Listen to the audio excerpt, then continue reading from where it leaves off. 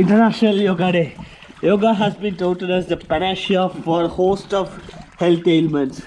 Does yoga live up to its hype, or is it just another marketing gimmick?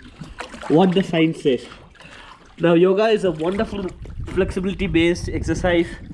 It helps to improve strength, it helps to alleviate lower back pain, it helps in improving the mental clarity of persons who practice it. There are lots of scientific studies done on yoga, but most of the studies are the sample size in the most of the studies are very less. So most of the studies are inconclusive, but there are certain ailments for which yoga is conclusively helpful. One is the lower back pain. A study done in British Journal has proven that yoga is much better in alleviating lower back pain, patients with lower back pain. So yoga helps in lower back pain. What about the strength training? A particular form of yoga has been shown to improve the deadlift strengths of athletes. However, weight training with weights, with barbells, dumbbells still is the best way to improve muscle mass and strength.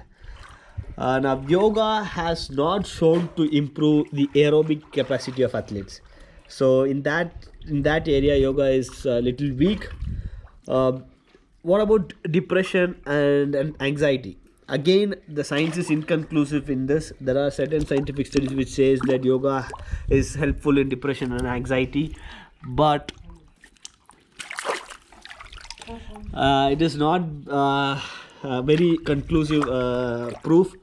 So again, for depression anxiety, yoga might give you some benefits, but still the science is very inconclusive in it. But what does yoga does not do? There are lots of practitioners who claim that yoga flushes out toxins, it activates internal organs like colons and etc. And there is no scientific study on this. The science is very clear. Yoga does not show to be helpful in flushing out toxins. So, in conclusion, yoga is a very very safe exercise.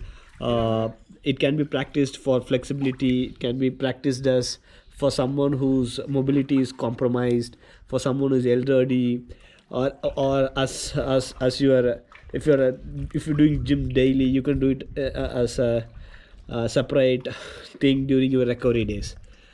So yoga does help in health elements, but most of the scientific studies are done at little sample space, and there are certain studies that is inconclusive.